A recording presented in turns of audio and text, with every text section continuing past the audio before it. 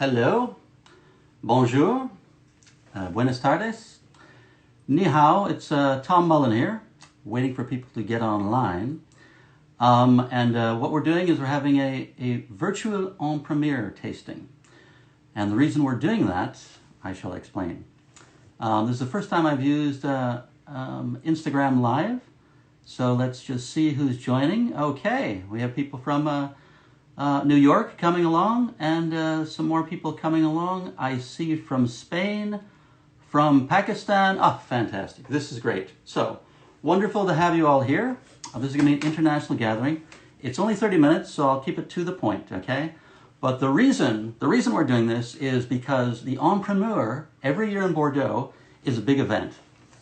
People come from all over the world, and they taste the wine made from the previous vintage. So this year, in April, they would come and taste the 2019 wine. Okay, and they are people who buy and sell wine. They are wine writers. They are people who own restaurants, and they want to know how the vintage is. So even though the wine is not ready completely... Okay. Sorry, someone was phoning me that time. Even though the wine is not ready, it's not out of the barrel, it's aged well enough that if you taste enough of the wines, you'll get an idea of how the 2019 vintage was, okay? Hundreds of people come here, thousands, and it lasts for a week. You go to a chateau in Saint-Emilion, and they will host dozens of other wineries, and you'll go and you'll taste wines for days on end. Hire a driver or walk on foot. Don't be driving by yourself when you do this. But this year, it's canceled. En premières, we can't go. No one can go. So what is the wine of 2019 like? And that is the reason I'm here today. Just have 30 minutes. We're going to have the screen split quite soon. We're going to have another winemaker join us for part of this presentation. And so what we're doing is a virtual en premiere. And I'm going to taste 7 wines and tell you what I think. But what do I know about wine? I mean, I'm just a guy who writes about wine and likes it. I've written a blog about wine for 10 years. I've written for Wine Enthusiast. I write for Forbes. Written for Food 52. I have a 10% ownership in a chateau here in Bordeaux. But when it comes to knowing about the real viticulture and the winemaking, I like to defer to what I consider the experts. So I will talk about 3 of them briefly and quickly. The first one is Hubert Debord of Château Angelus in Saint-Emilion. He's been making wine for 35 years. His family has been making wine for generations and centuries. And he has a facility with, you just taste his wine. It's fantastic, okay? And so every year he comes out with a 1-page synopsis in French and English and a short video in which he discusses the vintage of 2019. Now he is in Saint-Emilion, which is a portion of Bordeaux, okay? But what he said is the 2019, in comparison to 2018, was phenomenal. Ooh, oh my goodness. 2019, he said, in comparison, was just as good and in some ways even better. And when he says even better, here is what he means. The white wines, which are only 10% of Bordeaux, are, because of the higher acidity in the grapes this year, they have greater aging potential, okay? The tannins in red wine give it greater aging potential, and the acidity, primarily in white wine, gives it the aging potential. Okay, so he said that it's as good or better than the 2018. He talks about the deep, beautiful fruit, okay? And he talks about the great potential of the white wines. In addition, he calls it a basket of fruit, and he says it's one of the best vintages for keeping the flavor of fruit for a long time. He compares it to the 2001 vintage, all right? The next person I'm going to defer to is a person called Jean-Marc Quarren. He's basically the equivalent of the Robert Parker of France. He puts out a newsletter and he discusses the quality of different wines. Again, Jean-Marc Quarren, I think, says the same thing. He remarks the amazing fruit of the 2019 vintage. And he also notes that it's got this great mid-palate texture and a great length also. But he does say there's a heterogeneity. In other words, it's not like the 2018, which basically the wines are almost homogeneously, gorgeously beautiful. There are pockets of difference here in the 2019 vintage. And finally, I will mention two professors, well, one a professor, one a doctor, there's a difference, from the University of Bordeaux. They are from the Institute of Vines and Wine Science. And that's Dr. Axel Marchal. And I just have to get his name here, Professor Laurence Jenny. And every year, they come up with a vintage report, or several people do, but this year they are the principal co-authors of the vintage report. And what they said is, we're going to get a little technical here for just 2 minutes, all right? What they said is there are 5 conditions to have a perfect vintage in Bordeaux. And those conditions were according to a very well-renowned professor of enology at the University of Bordeaux called Denis du Bordeaux. And unfortunately, Denis du Bordeaux passed away a few years ago at a relatively young age. But he said the 5 conditions were this. Number 1, you want to have a pretty a consistent and early flowering. Then you want to have a good sunshine so you can have early even pollination, okay?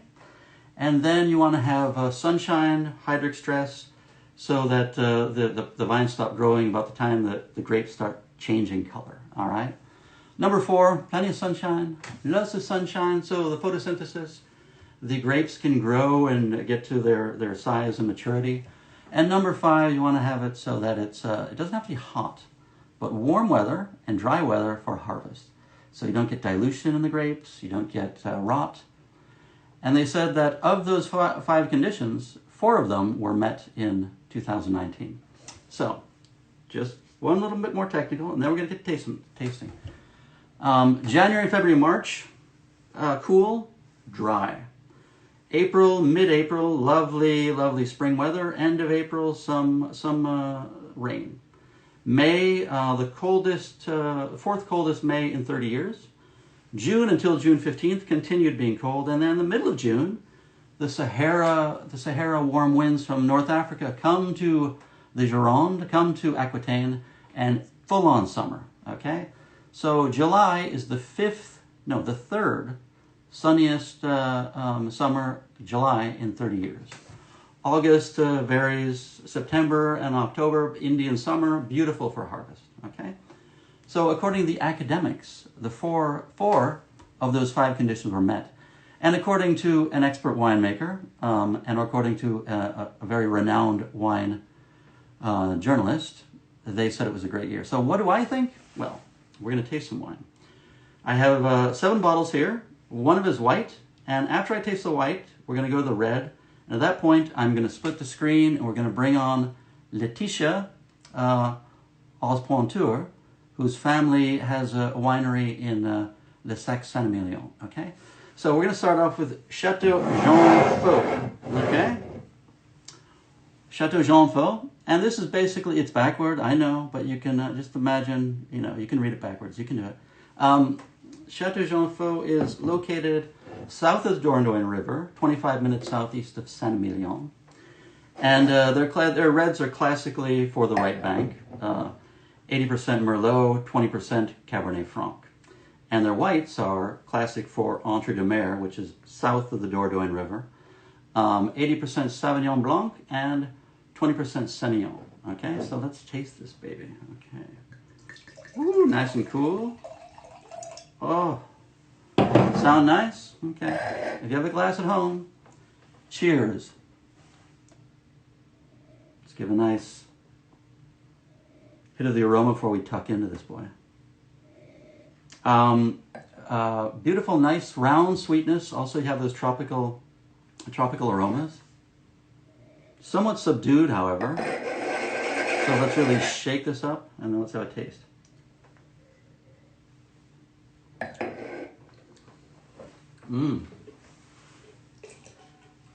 It's fantastic. It has tropicals like a Viognier. Absolutely mesmerizing. I understand what Hubert de Bord said about the whites being exceptional. This is, it's sweet, it's juicy, you just want to drink more. And I shall comply, but not now because we have some reds to go to. Okay. So the second wine we're going to go to is Château Vieux Mougnac. And I'm going to try to find, I'm going to scroll on the screen now, and I'm going to find Letitia. Hold on. Santé, Jean-Marc Quarin. We have a lot of interesting people online here. I'm going to find, excuse me, because I'm just, okay, I've got to find the right person, and then I click on them, and they will join.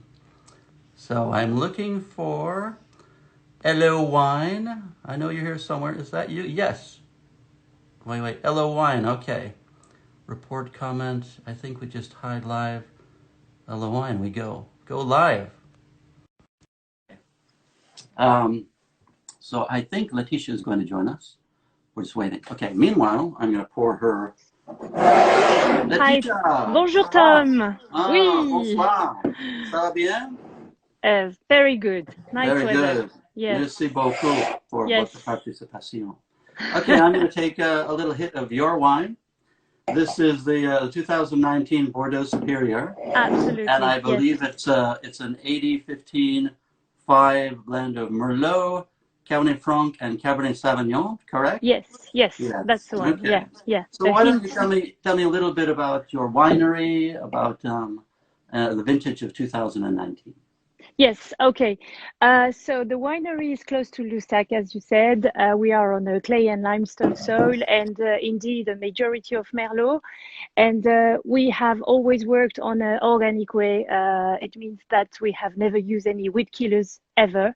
Okay.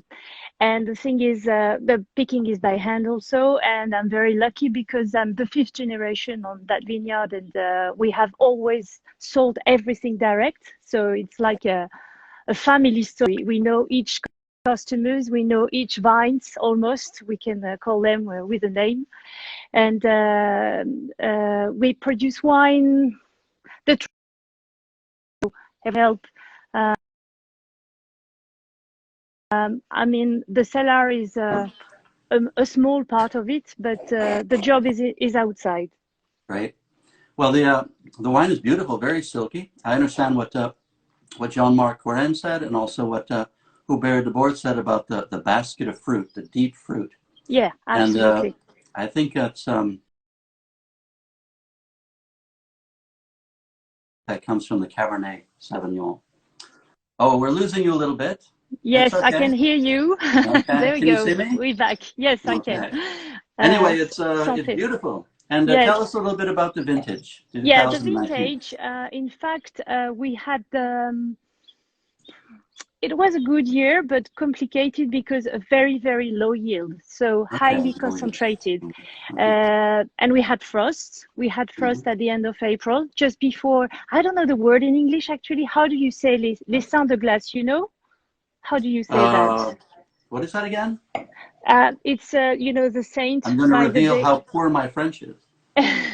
Les saints like saints, ice saint, the day with each day has a name, and in French, yes. you know what I mean. Yes. And we had frost like 2 or 3 days before those days. You explained that what we met before. Yeah, this is why also we had a very low yield. I mean, it wasn't like 2017, no way, but it has an impact on the volume.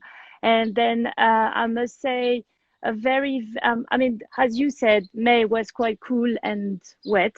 I'm gonna interrupt you just for a moment because we have Jean-Marc Quarin online now. He just wrote a message saying,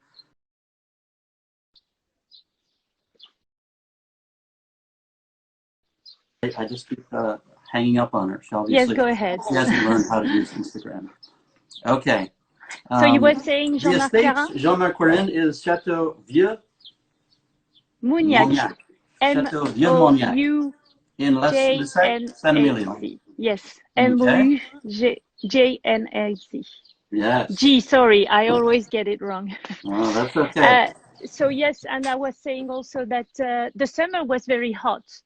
The summer, and it lasts long until September. And we're not growing peanuts; we are growing grapes. So we need juice. We need some humidity. And it made us a tough life, especially late summer, what you call the Indian summer. Yes. But at the end of the day, yes, it's a good vintage. I would score it as a good vintage with the 5 conditions, as you said. And Axel Okay. was my teacher, so.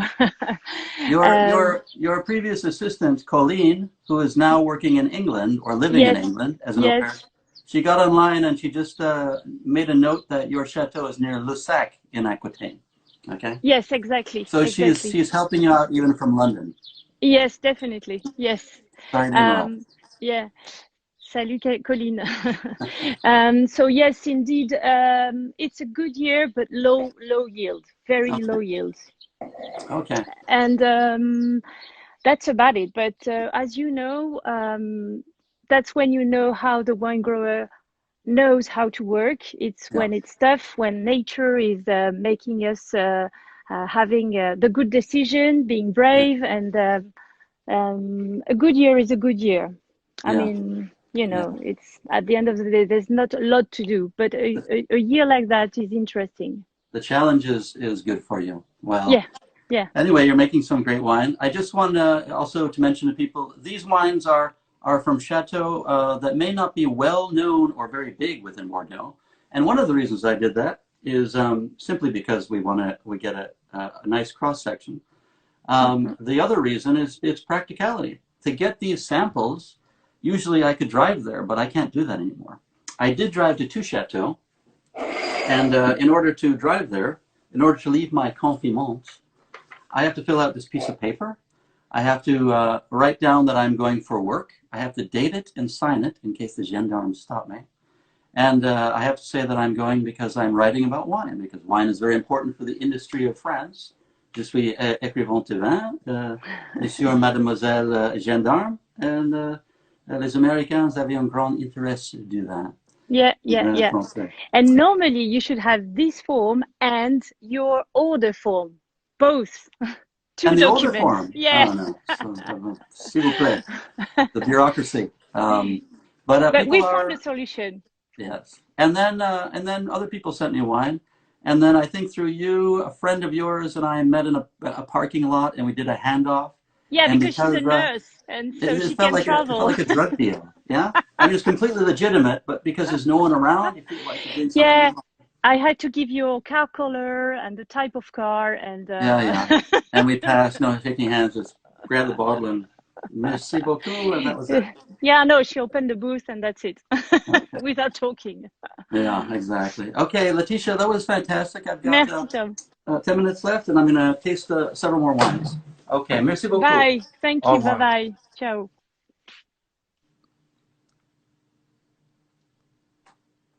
Okay, so let's move on to the next chateau. I don't know, let's see who's there. Chateau Puinard. Now, Chateau Puinard are my neighbors.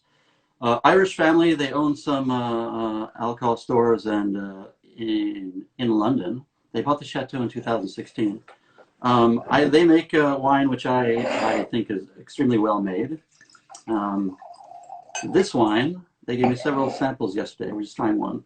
This is called The Steps, okay? And it's a 50% Cabernet Sauvignon and a 50% Merlot, Chateau Puinard. It is in Blaye, Côte d'Ivoire, Blaye, Côte de Bordeaux, excuse me. And let's have a little taste of this. See how it is on the nose. A little subdued on the nose, but let's give it a good spin. You got that fruit. You got.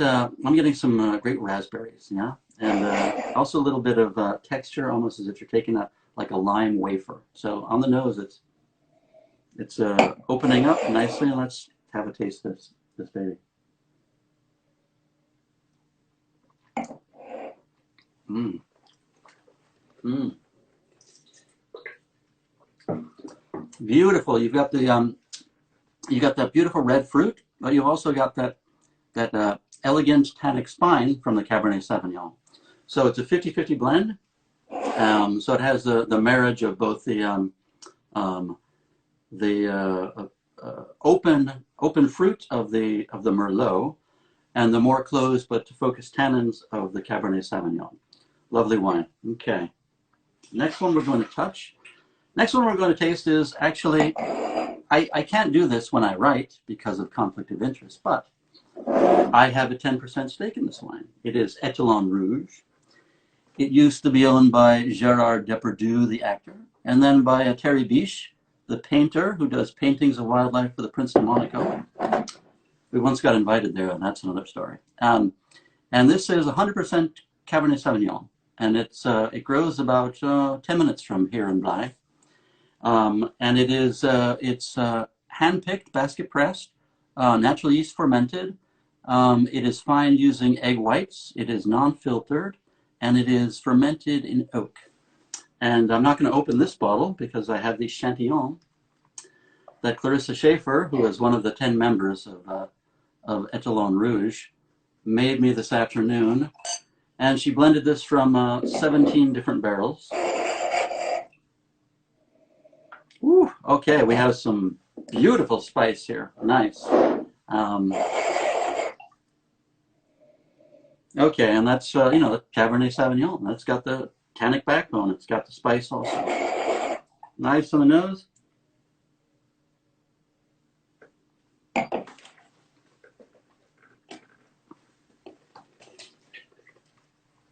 It really opens up. At first, it's very focused Cabernet Sauvignon, and then it opens up. And it has a beautiful acidity, and it's very approachable. So far, I'm getting the feeling that in comparison to 2018, I think it's sort of like someone taking off a suit and wearing on a more casual clothes, somewhat more approachable than the 2018. Different, not better, not worse, different. Okay, so that was a Étalon Rouge. I could drink this stuff all day. Okay. Now, the next is from Château Cassin-Goutet. Now, the name of the chateau is here, but that's not the bottle we're drinking from. Cassin-Goutet, it's a bit of a mouthful. It's owned by Nicolas and Nicolas and Denis Vergès, his father, and it is located close to Blaye. I've known them since I arrived here. And Nicolas made me a 100% Merlot, all right? And it's called Enverrez-vous. And the label has writings by Charles Baudelaire from a poem. And I looked it up, and as far as I can tell, it means you should get drunk, really. And then he talks about love and poetry and virtue in the poem on the label. So let's have a taste of this. This is, I get it in your glass. This is 100% Merlot. It's still in oak, but he brought out a bottle for the Chantillon for me. How we do with time? Good. I think we have 7 minutes left. We are doing well. I know I should take questions, but let me have a look and see who's there. Okay, we've got we've got all sorts of folks. Okay.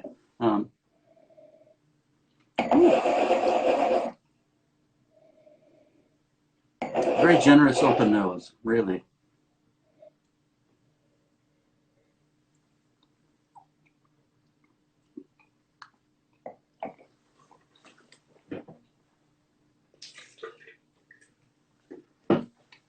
This is a really approachable wine. It's light, it's friendly, it's fun, it's easygoing. It says, I don't have any secrets. What you see is what you get. Beautiful ribbons of acidity through it, and a lot of red fruit. This will age for years, but also is very approachable right now. It's very light and fun. Great red fruit. You get some raspberries in there, definitely. You get a hit of kiwi fruit, even papaya. Okay. 2 more to go, okay? And then if you have any questions, I shall get to them. And thanks for coming. No, this is great during lockdown to be doing a virtual en premiere. And next week, we are doing it again, but we have some special bottles, Grand Crus from Saint-Emilion coming. Merci beaucoup, Geraldine. She's going to send me a box. We have some very special wines, different than this time because they're all together in the same region. So the taste will be somewhat more homogeneous not in a bad way, in a good way. And now the next one is Château Montrevel. And this is owned by Domaine Cerisier, Richard Cerisier. He's an Australian chap who came over and renovated a chateau in between Castillon and Bourg, and he did a fantastic job, absolutely fantastic. And then he decided, because he looked at the geology, he said, we're on a stepped-up limestone plateau. Why don't we grow even more wines? And he explained how in times, hundreds of years ago, that used to be the #1 wine-producing area in that region of Bordeaux. So let's have a look at this Château Montrevel. And I think the blend here is, let me see. I think, oh, hold on a second.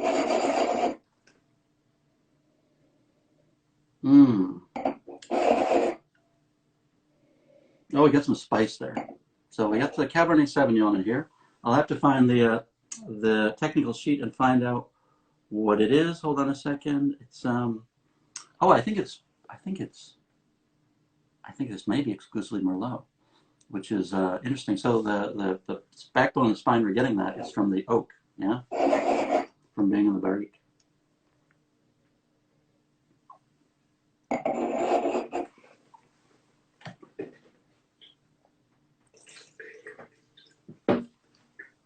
This is like a Christmas cake.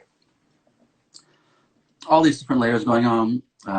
So you have flavors of chocolate, you have aromas of charcoal, you have a little bit of taste of mint, you have a ribbon of acidity, sort of like lime. You have it's quite a complex wine. There's a lot going on in here. It's a flavor rodeo. Okay. Okay. And the last wine, 627, doing well here. Okay. This is the Chateau Jean Faux, but instead of their white, which we tasted first, we're going to try their red. And this is the 80 Merlot, 20 Cabernet Franc, made south of the Dordogne River.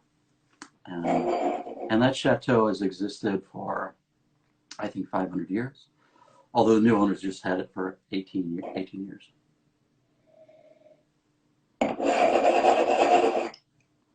The color on these, ooh, well, they're just brand new, but the purples are intense.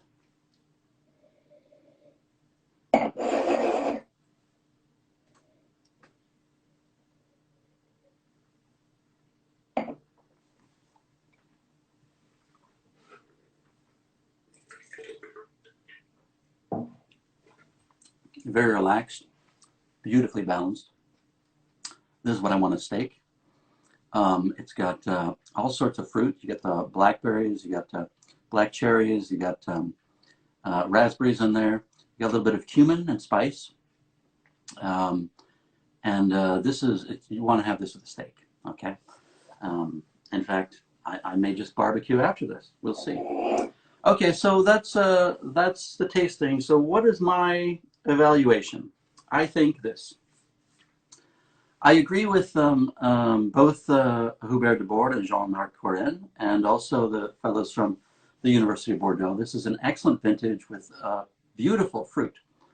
For the Merlot, I think you're seeing a huge explosion of fruit, whereas for the Cabernet Sauvignon, you're seeing what has been described as that elegant tannin. It's not strict, it's not dry, it's not offensive, it's beautifully elegant. So the combination of these two together is fantastic. As I mentioned earlier, I think it's sort of like someone taking off a suit and putting on more comfortable clothes in comparison to 2018. It's not as closed, restricted, or formal. It's more open. I think the white is fantastic. It compares to the 2017, which is one of the best whites in the last 50 years. And I say that according to Philippe, the winemaker at Château Mouton Rothschild, who told me that. So I think it's time to see if any of you have any questions. Geraldine Bertrand, ça va, Geraldine? With pleasure. Okay, let's see. Josh Phelps. Hey, Josh, great to have you. Josh is a winemaker in Napa Valley with he and his father, Chris. They did a live stream last week, and one on the East Coast, one on the West Coast, talking about food and wine, Italian heritage, fantastic wines. Okay, let's see who else we have there. I have all sorts of folks. Okay. Excuse me, having my finger on your screen, guys. Polly from Russia. Okay. Colleen from London. Let's see. We've got, Jean-Marc Corin. Thanks for joining, Jean-Marc Corin. And we have Tushpa Wines. This is from Sicily. So we have quite a spread of people here. And then we have people from San Emilion. Heidi Gerfeidi is from Northern California. And who else do we have? B. Bordeaux. Oh, fantastic. Aram, we have Aram from Armenia. Thank you. I just want to show you that. I can't show you now. I have some bottles of Armenian wine. Okay. All right. Let's see. Jane from New York, or is it New Jersey? Nice to have you, Jane. We went to Armenia together. She is the agent for the cookbook I put together, which is a collection of recipes from different winemakers around the world. Anyway, the time has run out. If you are interested in getting notes on these wine, or URLs about the wine, or articles about the wine, send me an email, or you can go to my site, vinovoices.com, or forbes.com/sites/tmullen, or just message me. I'll send you all the information I have on this. Tune in next week if you can. We're going to have some rockin' San Emilion wines, although these today were fantastic also. And what else do I have? I have a list here. Okay. I just want to say thank you for joining. Also, we don't know how much longer confinement will be. It's frustrating, but we'll make it through. We will move on to better things. There is a light at the end of the tunnel, and we'll be stronger and better for it afterwards. So, merci beaucoup. Thank you very much. Muchas gracias. And if you have any questions, I'll stay the next few minutes. Otherwise, no obligation for you to stick around any longer. Okay. Jane says, love the ceramic leaf on the wall. Okay, I'm going to show you this. You see that? That is a mosaic, and that was made for me, or I purchased it.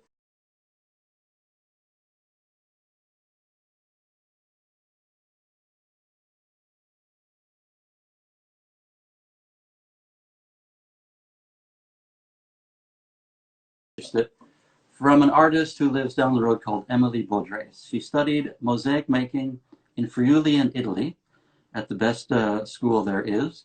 She spent 3 months making that. The tesserae, little piece of glass. She is a very talented woman. She lives right up the road in a town with a few hundred people, and it used to have, it's famous because there used to be a villa. And the villa was built in the Roman times by a man who made his wealth by shipping wine up and down the estuary. Yeah? And he had heated floors and amazing mosaics. And they rediscovered the mosaics, and they built a museum on the town. So Emily moved there, and she now has a shop, and she teaches, and Little Village commissions her twice a year to make some oeuvre, some work of art that she puts out there. I am blessed. This is a Merlot leaf. I am blessed. Okay. Any other questions? Okay. Okay. You guys, thank you all so much for joining. And please join again next week. We have one for Jess. Okay, we have Dan. It's from Oregon. He says, awesome, Tom. Got a scoot. And Dennis Arnaud. Dennis, we met at Colchagua in Chile 10 years ago. And he now lives in France with his wife and children. Okay. Tom, I like when you make noise chewing with your mouth. I have no technique when it comes to chewing with my mouth, and I have no technique for spitting. So when you saw my head going over here, it's because I make a mess when I'm spitting. All right. Not my forte. Anything else? Thinking about drinking. Okay, guys. Thank you. Have a great weekend. Au revoir.